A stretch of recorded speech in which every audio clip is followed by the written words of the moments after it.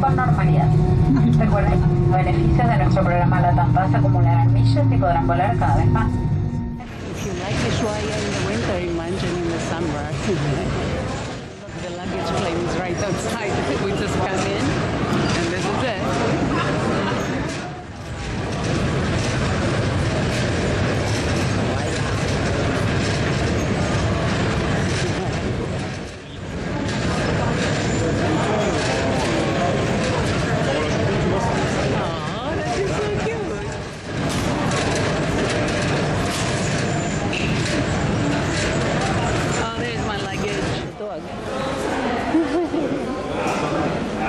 That's it.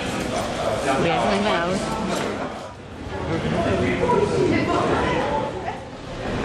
There it goes. Interesting airport.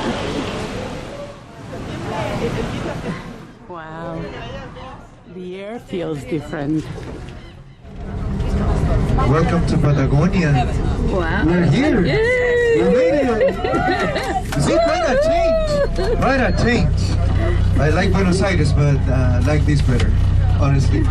Folks, let me introduce you our local team, our guide Barbara, as we call her. Hello. Right? And we have our driver Marcelo.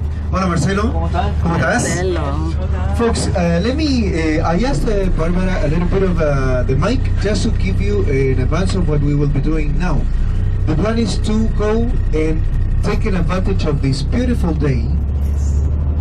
We're going to go to a lookout where we can observe the beautiful city of Ushuaia that today is like, oh, I could live here, but in a time like today, right? This is not usual, so don't get spoiled, right? Not that fast. And the idea is to go there, have some pictures, and then we'll go straight to the hotel. So in about 40 minutes, we should be coming to the hotel, 35 minutes or so. On the way along the Beagle Channel that we have here on the side of a bus, there is a tourism office where they have a stamp that says Ushuaia, the end of the world. Right? If you don't want that stamp, bring your passport anyway. So, hello everyone. How are you? You happy to be here? Very. Yes. Well, yes, like Luis was saying, this is beautiful weather. This is not Patagonian weather, so yes, don't get used to it. It has been very nice for these past days, 1-2 days, and it's actually warm. It's warmer than usual.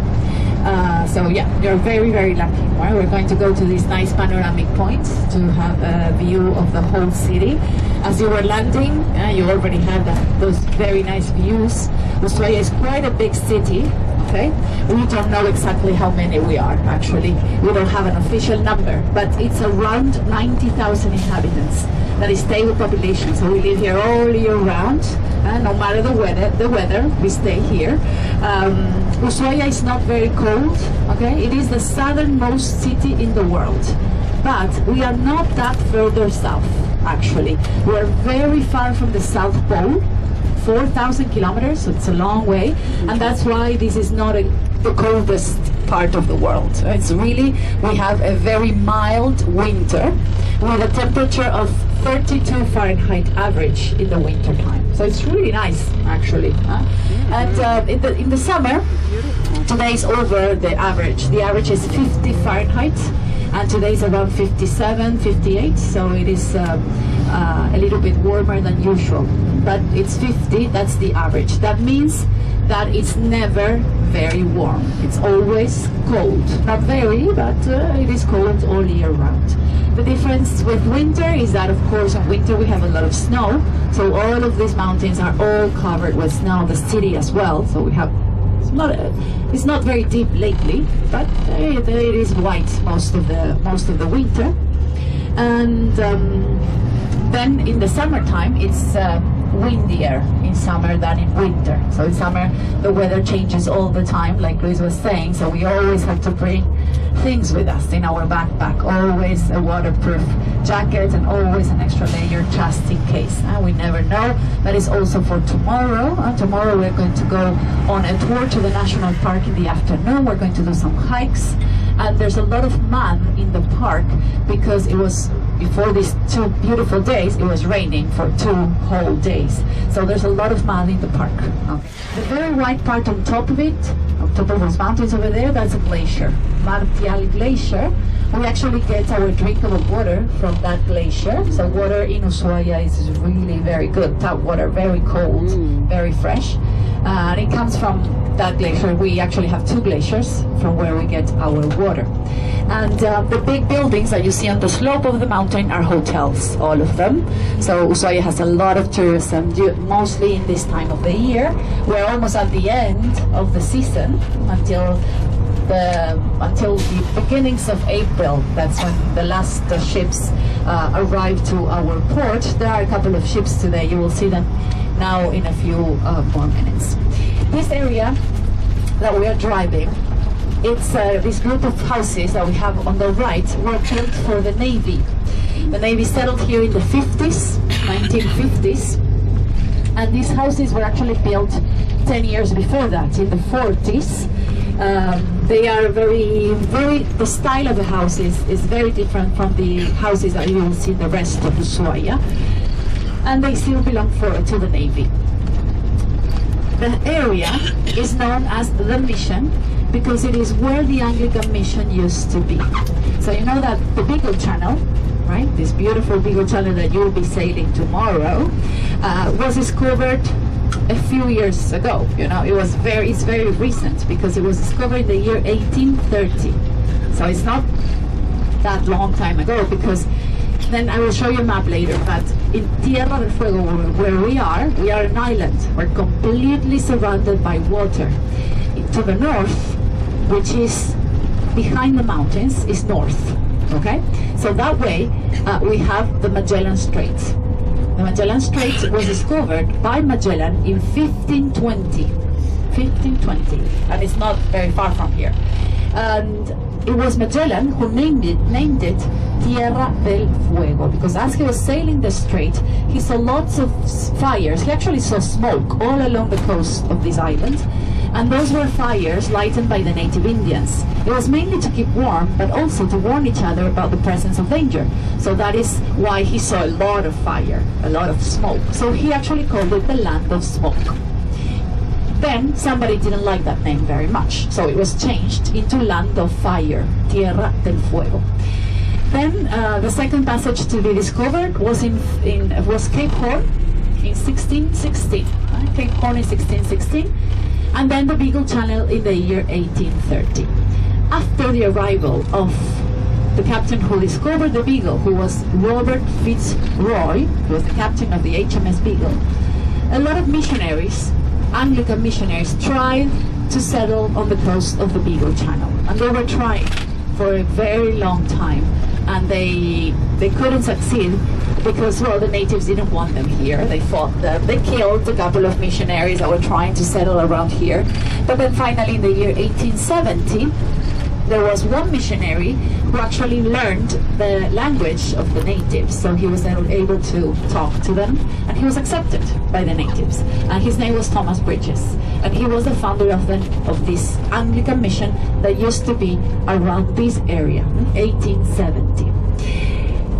The buildings we have on the right are part of the old airport. This was Ushuaia's airport until 1995.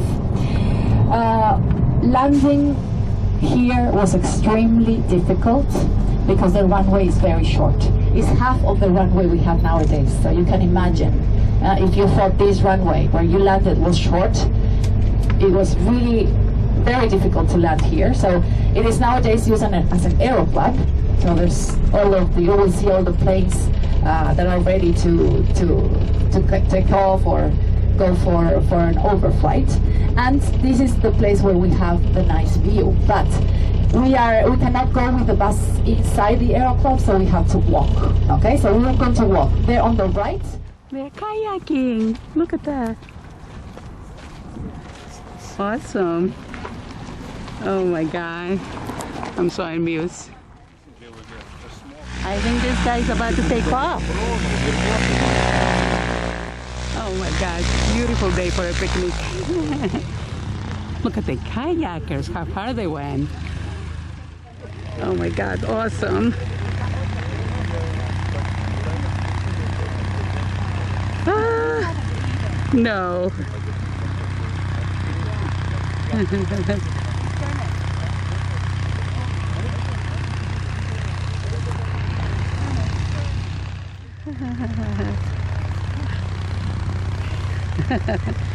I don't know if they're natives or visitors. They got the equipment. Oh my God, beautiful. The air is so nice and fresh. Yay, he's taking off.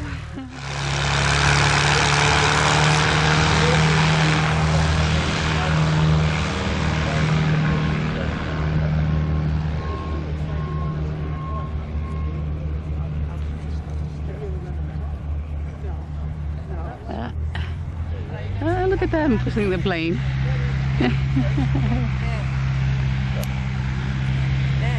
Uh-huh. I want to take a picture. Okay. That was cute. They're parking the plane. Carla Farré. Hi, Carla. In Buenos Aires, so you know now. She's not my girlfriend. She's not one of my loves in every Are you sure? She's the one to work for the office in Buenos Aires. So you will see her today and tomorrow. That's right. Right? That is the highest mountain of Ushuaia. It's called Olivia.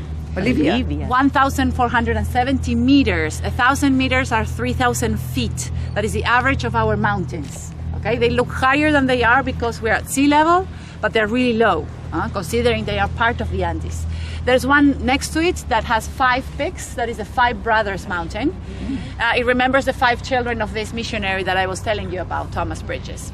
Well, then we have this big cruise ship. It's not a very big one. We have even bigger ones with 3,000 passengers also coming to Ushuaia port. This is like 1,200 passengers, so it's not that big. They go only along the Beagle Channel. They've been around Cape Horn already.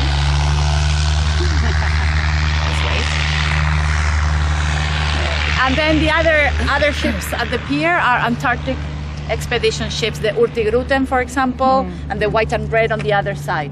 Those go to Antarctica. So everybody comes here, they get on board the ship, go to Antarctica and back here. So the ships come back and forth the whole season. And then, well, if you look on the other side over there, we have the glacier that I was telling you about. There is a kind of road, do you see it right in the middle, just going down the glacier? That is actually a ski slope. Okay, we have a ski slope. We have 2. There's another one a little bit more on the left that is straight, cuts into the trees. Straight line, that's another ski slope. But we are not using those anymore because both chairlifts broke down many years ago. We never fixed them. Something that is quite common around Ushuaia, at least. So we do have a ski resort and we go skiing there. We don't see it from here. The ski resort is half an hour drive that way. And we have 25 ski slopes there, so that's why we go skiing in the winter time. What's the name of the resort? Cerro Castor. Castor means beaver in Spanish, because we have lots of beavers. We'll tell you about that tomorrow. But that's the mountain is called Mount Beaver, or Cerro Castor in Spanish. Okay, and this is right in the middle of the Beagle Channel. The Beagle, we are halfway between the Atlantic Ocean that is that way, and the Pacific Ocean, which is that way. Okay, so halfway, the Beagle Channel is 220 kilometers long. So when you leave tomorrow, you're going to actually go south from here to Cape Horn, which is only 150 kilometers to the south. It's actually behind those mountains that you see over there. Those mountains are part of Chile because the Beagle Channel is the border between both countries. So all of that, when we are looking on the coast, we're looking to the Beagle Channel, we're always seeing Chile in front. There's nothing we can do about it. Everywhere we look, there's something of Chile, a person or a mountain. We got used to it, you know? There's nothing we can do. Okay, I take this the wrong way, but I want to join him. He looks so comfortable. I want to do the same thing. I love the way they park the planes. It's like everyday life for them. We are taking advantage of the nice weather to take pictures. I hope it lasts. That bird. Oh my God, what is it? Wow. Oh, wow. Oh my God. Oh, awesome. He's gonna go for the garbage.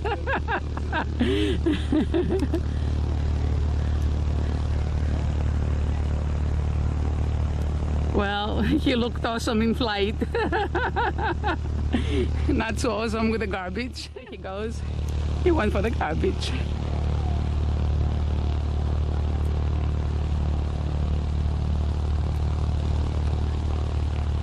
Alright, I have to go because everybody's gone. Bye guys. Enjoy the peace and quiet. It's funny. That's what they were taking photographs of. What an awesome start.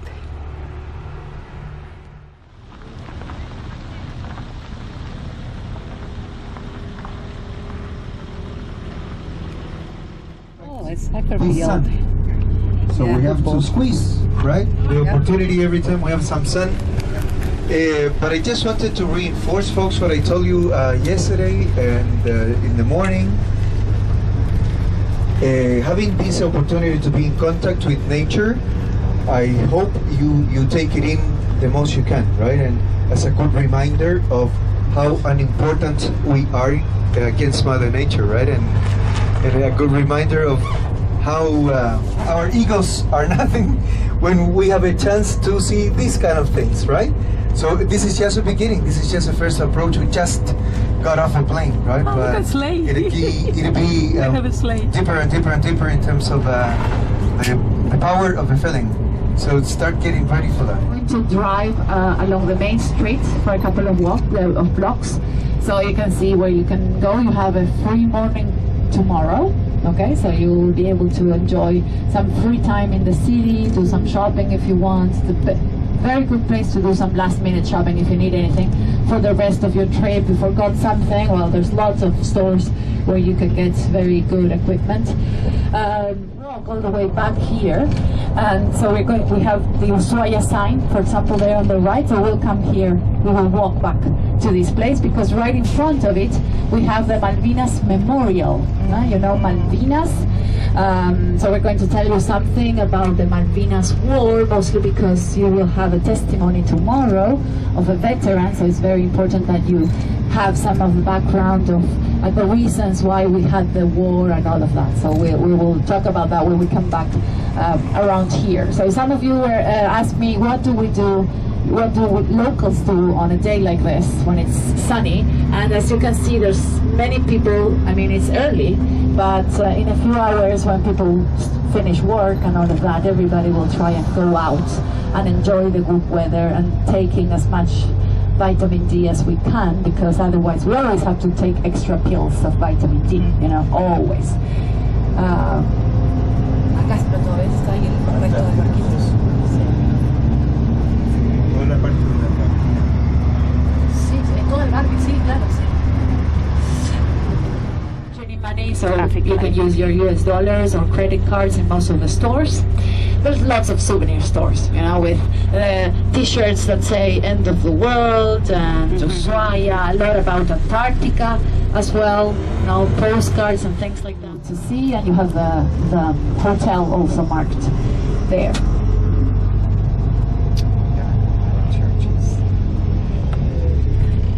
Saying that the smaller ships in town are going to Antarctica.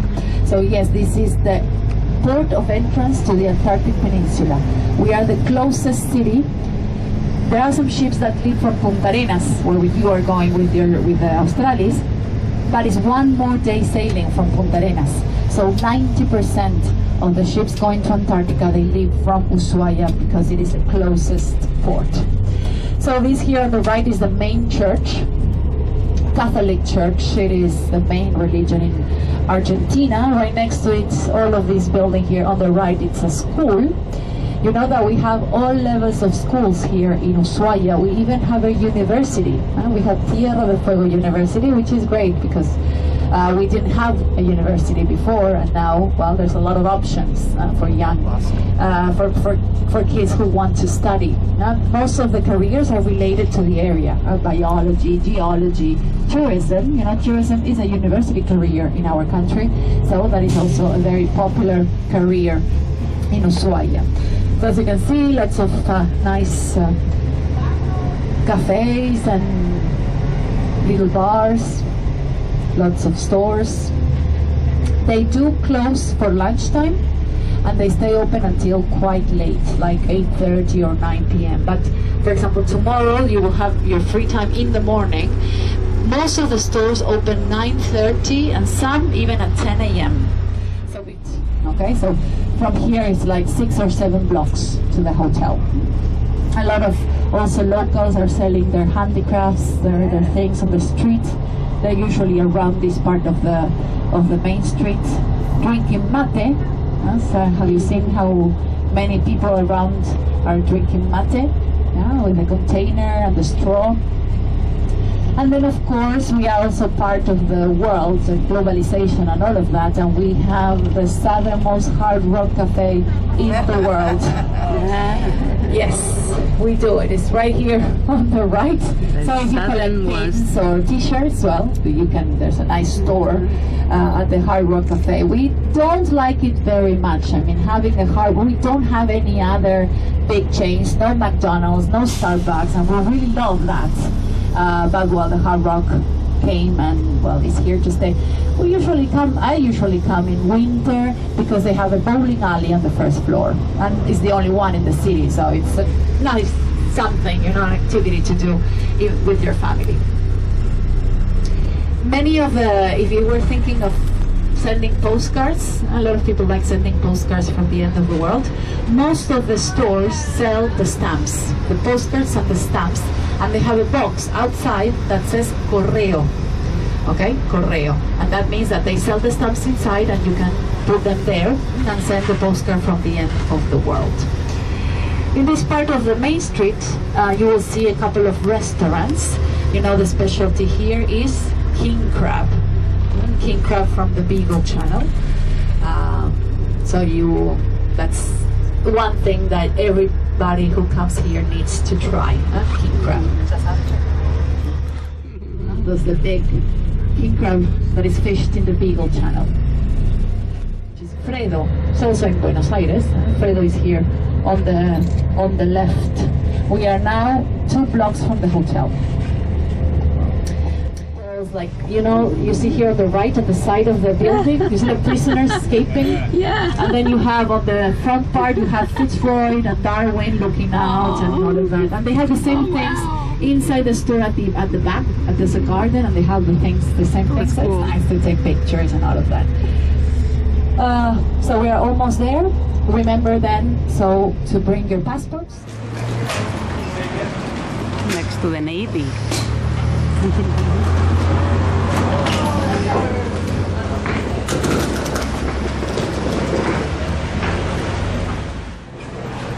Look at all the firewood. The MS Beagle. all the lighthouses para Ushuaia. Nice, huh? Very cozy. Thank you so much.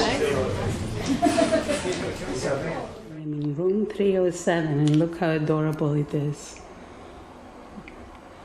Wow. It's like a nice studio. So spacious. Nice bathroom. Even bidet. A lovely bedroom with a view.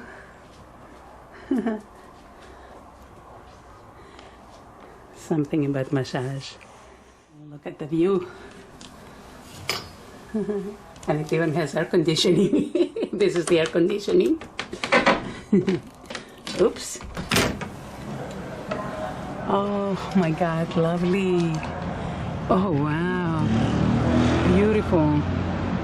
The breeze that just came in, it's so nice and refreshing. And there is a plaza down there. And the cruise ships. And even the backyard is interesting. Look at the junk. Interesting junk.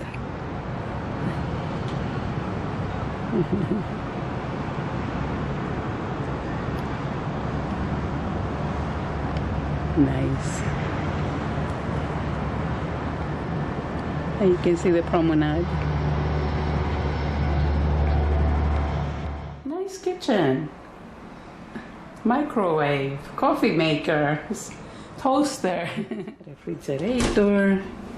Now, what on earth is this? Some boiler.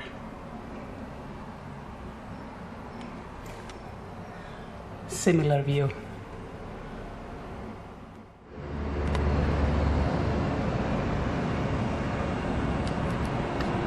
Awesome.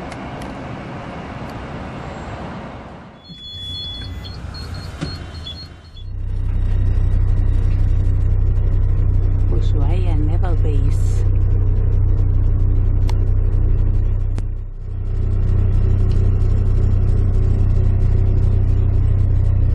Beautiful day.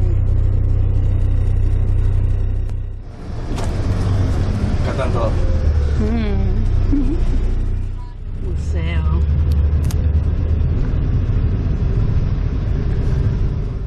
Signal disco. That's the disco back there. That's probably the port for the cruise ships. The Antarctica experience.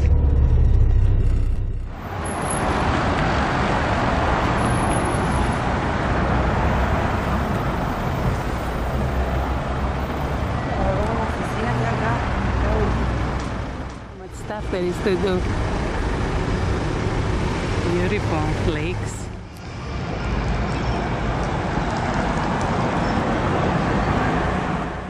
Look at all the pies. See? How to transport them. Smart.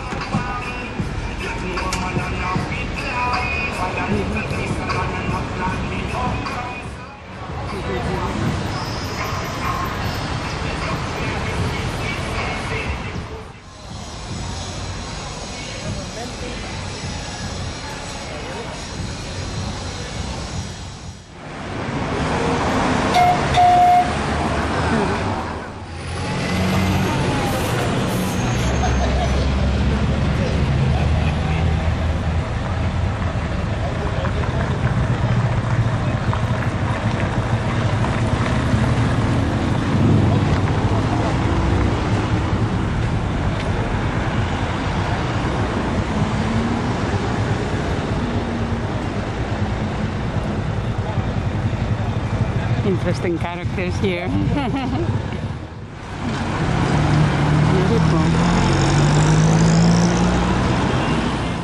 And I guess they're fixing the plaza for the cruise ships.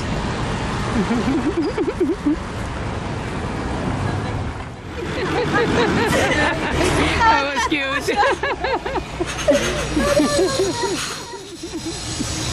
Must be part of the city tour.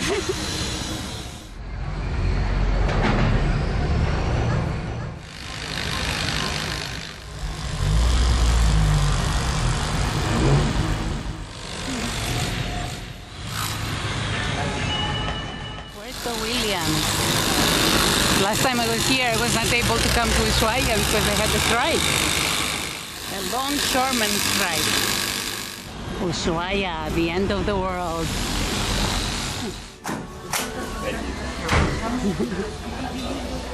They're getting a stamp. Oh, we're looking for an empty page. Oh, that's okay, there you go. here.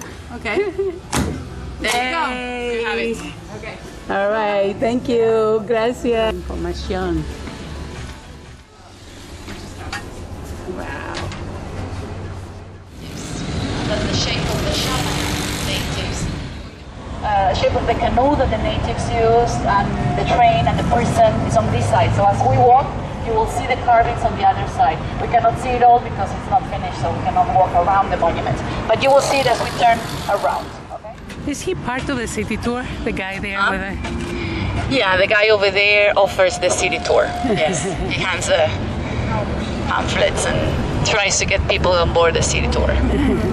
Did you see the two London buses over there? Those are original. They were driven from Buenos Aires at only 60 kilometers an hour, so it took them a long time, you know. It's usually normal time is 3 days driving from Buenos Aires all the way here. It took them like over a week, but they finally got them, and they do city tours. But if you look over there, we have another historical building, which was the first government house of Ushuaia. It is also part of the End of the World Museum now. Okay, so it is possible to visit the house inside. Then behind this building, there's another one that has like a very strange architecture. That is the new government house. Remember, Ushuaia is the capital city of this province. And over there we have the obelisk that was put up for one of the anniversaries of the city, and that's the place where our Argentinian flag was for the first time, at that corner. And the foundation of Ushuaia was the 12th of October. So 12th of October we have a big parade on this street. So all of these streets from this part all the way down to the Malvinas Memorial, there's a parade. The whole city comes. All of the schools, all of the military, everybody, all the clubs, everybody walks all along the road celebrating the anniversary of the city, which is really nice, but it's usually horrible weather.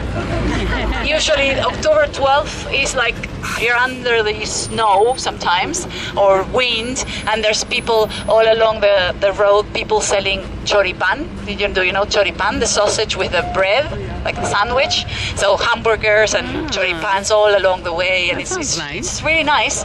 That was very common in Argentina many years ago. To have that in every little city. Now not so much, but Ushuaia still keeps this very important festivity every 12th of October.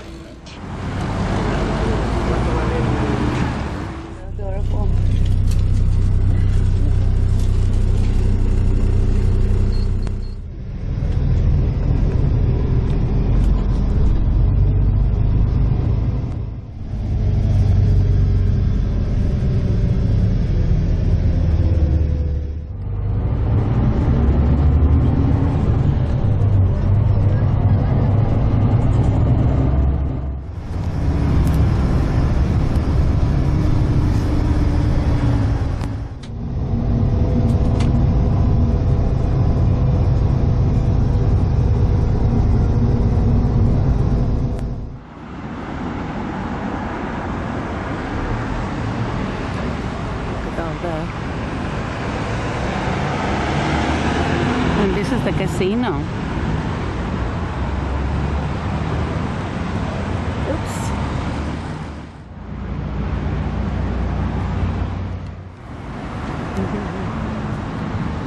Oh my God, it's like a tiny little toy.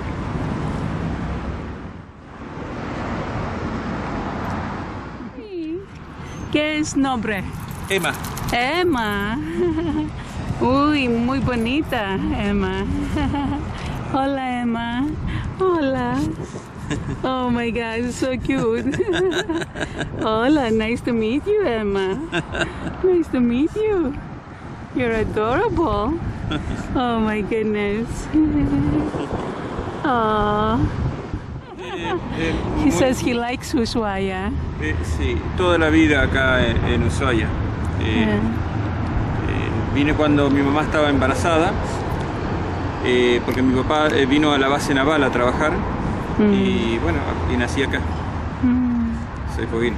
Oh, beautiful. I have to take Spanish lessons. No comprende muy poquito. Muy poco. Muchas gracias. No, bye. Que vaya lindo. Bye, sweetheart. Bye. Bye. Thank you. Gracias. She's doing somersaults. Let's see if she's gonna do it. Yep.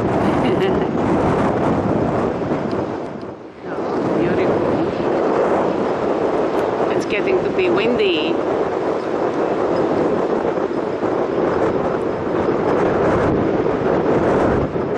And they have all these markers, and there is an eternal flame there. I guess for the War of the Maldives. Wow, look on this side. Awesome. Let's see how good the guys are. He's changing course.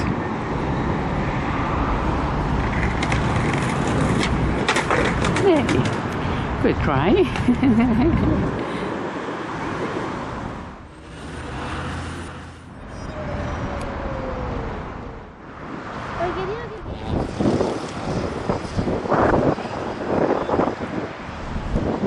The memory is still alive.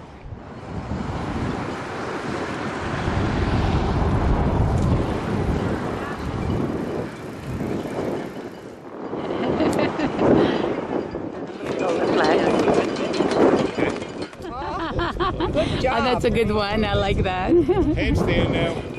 Oh, she's good. Handstand, yeah, that would be good. Okay, let's go. We are all taking pictures of Ushuaia.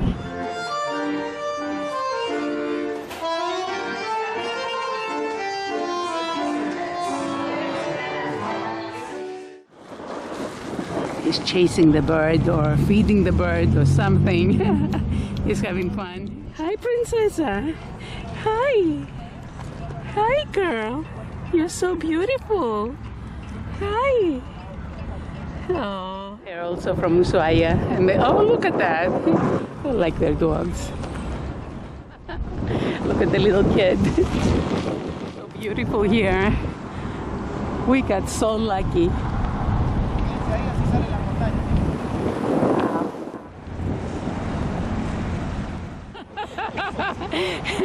He was attacking her. Hey, you. Oh. Hola. Wow. That's a good view of you. Sorry, I don't have anything to give you.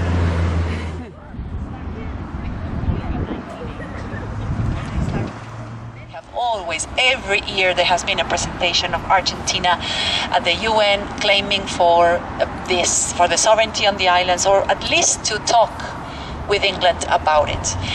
But then the war happened, the Malvinas War. The war was very short. They surrendered. Argentina surrendered. All the cannons broke down. They didn't have any more bullets. They had nothing more to fight with. So that's when they had to surrender. Well, the monument shows the islands, and they are facing, the monument is facing towards where the Belgrano sank. So it's much south, because the Malvinas are north from here, to the east and to the north. And the monument says, the people of Ushuaia, who with their blood watered the roots of our sovereignty over the islands, and we will be back. Remember that we never use the other name, you know, the Falklands. We say that Falkland is the F word in Argentina. So whenever you are in Argentina, please remember that they are the Malvinas. Very interesting.